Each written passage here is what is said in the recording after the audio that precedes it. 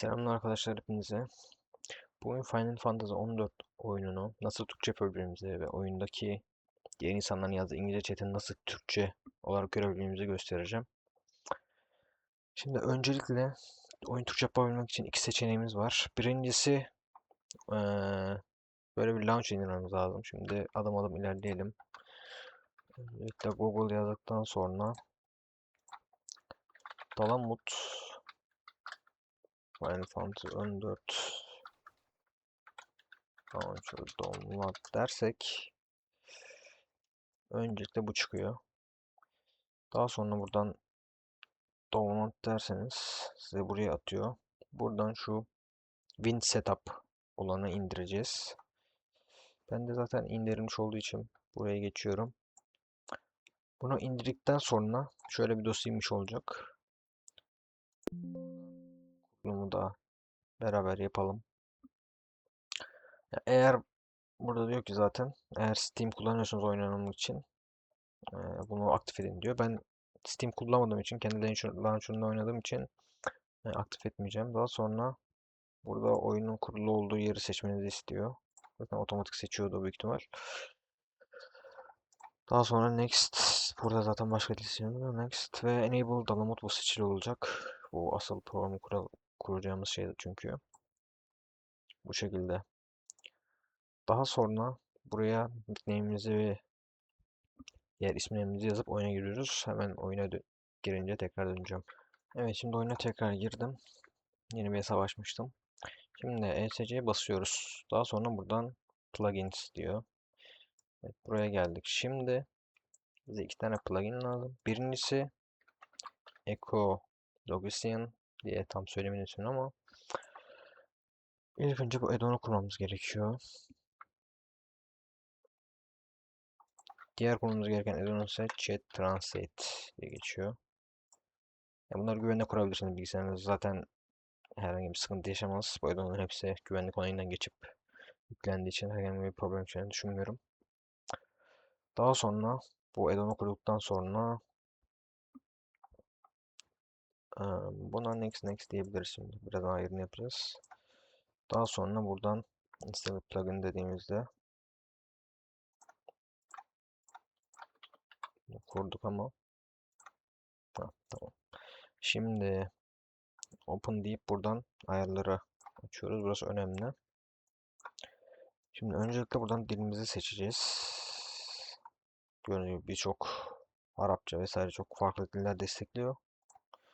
Buradan Türkçeyi seçtik. Daha sonra buradaki ayar oyunda örneğin bir quiz'e gidip çevirdiğinizde tekrar çevirmek için motoru yormuyor. Yani bunu istiyorsanız seçebilirsiniz. Yani burada farklı şeylere geçtiğinizde de ilk çevirdiği haliyle kalacak örneğin DeepL geçtiğinizde falan. Ama diğerlerini zaten birçoğunu denedim. Ee, Yani hiçbir neresi çalışmıyor. Sadece Google kendi Translate çalışıyordu. Zaten bu da oyunu oynamak için gayet fazlasıyla yeterli.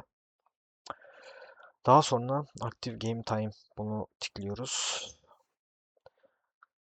Ya bunu seçmeseniz de olur. Ee, Yani burada yazılanları otomatik kopyalıyor hani bir sıkıntı olduğunda vesaire. Yapay zeka bir şey sormak istediğinizde kopyalar ama tavsiye etmem bunu kullanmanızı. Bu da önemli bir ayarımız. Yani normal çevirdiğinde şeyleri böyle eşit ya farklı karakterler gösteriyor normalde göstermesi gereken şeyleri. O yüzden bunu da kesinlikle tıklıyoruz ki en azından Ü, İ gibi farklı harfleri, I gibi harfleri e, değişik karakterleri göstermesin. Daha sonra burada birçok oyun içi neleri translate etmek istiyorsak onları seçmemiz lazım. Şimdi biz hep oyundaki her şeyi translate yapmak istediğimiz için, çevirmek istediğimiz için seçiyoruz. Daha sonra burada 3 tane seçenek var. Bu Native OA Translation dediği mesela bir karakterle konuştuğumuzda direkt mesela örnek üzerinden göstereyim. Hemen bir bakıyorum burada quest var mı? Mesela şuraya gidelim quest'imizin olduğu yere. Evet.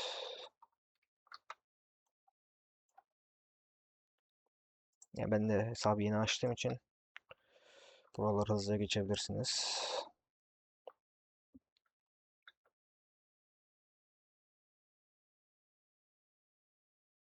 Evet. Örneğin burada mesela bu dediğimiz burada normalde İngilizce.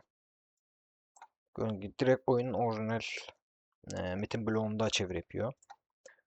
Eğer buna tıklarsanız şu üst kısımda ekstra bir şey çıkıyor. Ben bunu şu şekilde kullanıyorum. Mesela bu Türkçe yaptığımız şu an ha, tam olmadı ama normalde konuştuğunuzda yani o alt kısımda bakayım tamam şimdi oldu.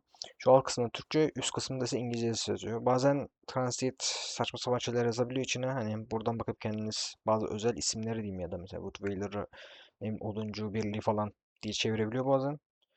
Onu anlamak için buradan bakabilirsiniz hani tam olarak özel isimleri vesaire. O yüzden ben bunu bu şekilde seçiyorum. Üçüncü seçenek ama dediğim gibi istiyorsanız normal böyle seçebilirsiniz. Üstteki siyah yazı kayboluyor. Daha sonra bunları normal bu şekilde bırakabilirsiniz. Bunlar da aynı şekilde. Ya bunun kes zaten bu cutscene dediği cutscene de bu normal sinema şehrinde video tarzında otomatik oynuyor. Bunu böyle bırakırsanız sizin için daha rahat olur. Yani genel olarak bütün hepsinde bu ayar var. İstediğiniz gibi seçebilirsiniz ama bunların hepsini tıklamamız lazım. Ee, Daha sonra evet burada ayarlar bitti zaten. Daha sonra save close and config Windows save and close config Windows dedikten sonra işimiz bitiyor. Artık oyunu %90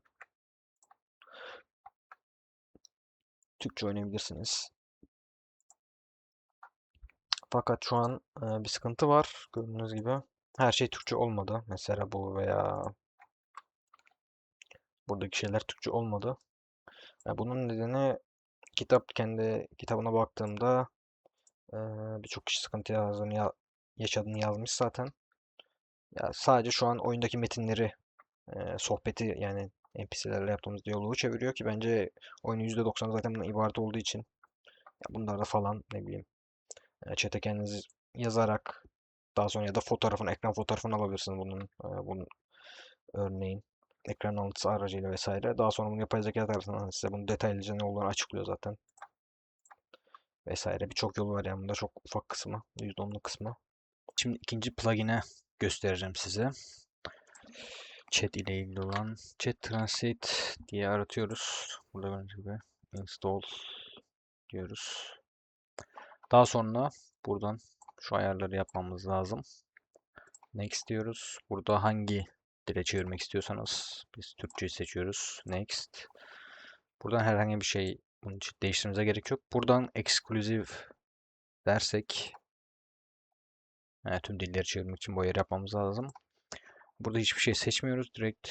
Çünkü burada hangi dili seçerseniz onu çevirmeyecek diyor. Biz hepsini çevirmesini istediğimiz için böyle bırakacağız. Daha sonra next diyoruz. Böyle DeepL veya LLM seçebilirsiniz. LLM proxy ücretsiz olan veya DeepL olabilir. DeepL kullanmanızı tavsiye ederim ama. Daha sonra next diyoruz. Finish diyoruz. Bu kadar. Şimdi tekrardan download settings'e geldik.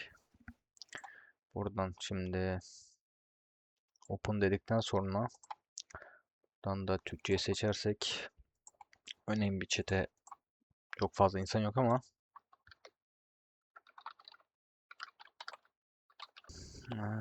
bir kişi yazdı. Mesela gördüğünüz gibi burada ana hikayeler yaşam onu olacaksın vesaire diyor. Ben az önce bir soru sormuştum petini nereden buldun diye.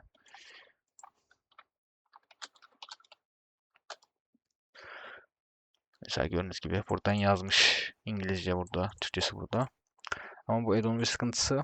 Eee, Burada gördüğünüz gibi alacaksın olması yerine olması gerekirken burada farklı bir gördüğünüz gibi işaret var. Bunu düzeltmek için de şunu yapmamız lazım.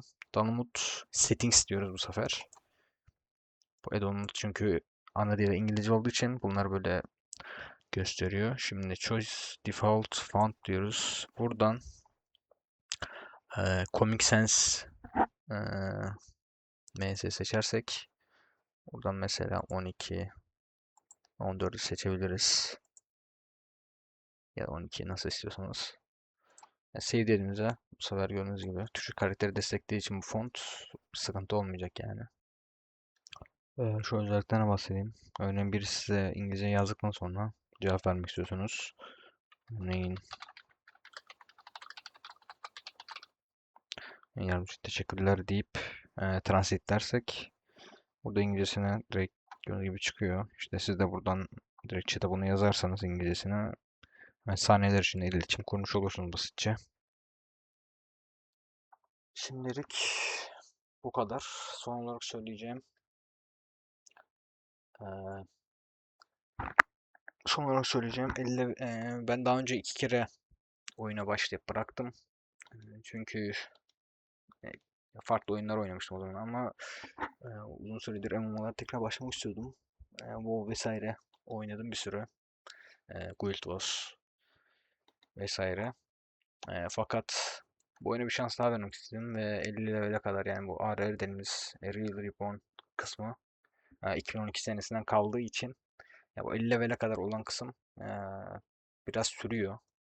İsterseniz hızlı hızlı da geçebiliriz ama tavsiye etmem yani. Bence hikayeyi anlamaya çalışın biraz. Yani çok fazla anlayacak bir şey yok aslında da hani gidin 3 tane malzeme getir vesaire tarzı hikaye görevleri. Ama bazı ipuçları vesaire var yani böyle takip ederseniz sabredip 50 level'den sonra kesinlikle oyun daha çok açılıyor. Hatta bu ilk ARR dediğimiz kısmın kestikten sonra siz böyle bir resmen içerik bombardımanı yani da tutuyor. Hani ne oluyor diyorsunuz. Bir sürü yapacak şey çıkıyor. Ee, isterseniz görevlere devam edebilirsiniz. İsterseniz bir sürü mavi tikli görev sistemi açılıyor. Hani bu oyunda her şey, e, her bir özellik diyeyim. Yani çoğu özellik oyun içi. Gidip görevini yapıp açmanız gerekiyor. Otomatik, çoğu alıştığımız sistem gibi otomatik olarak açık değil. O yüzden onları açmanız gerekiyor. Gold Saucer denilen bir yer var. Şu an gidebilir miyim bilmiyorum ama bir deneyeyim. Şu an daha öğrenmemişim ama eee, aynen buradan gidemiyorum ama ismi şu şekilde Gold sonra sen böyle gazino tarzı orada da slot makine vesaire değişik şeyler var. Orada da oranın kendi içinde para birimiyle binek alabilirsiniz. Pet vesaire alabilirsiniz. Ya bu oyun hikayesi olsun, içeriği olsun. Görsel olarak da ben şu an full ayarlarda oynuyorum. Yani gayet yeterli şu an günümüz MMO'lar için. Yani WoW, Guild Wars vesaire artık grafiksel açıdan eski olduğu hissediliyor ama bu oyun daha e, bir nebze daha iyi diyebilirim o konuda.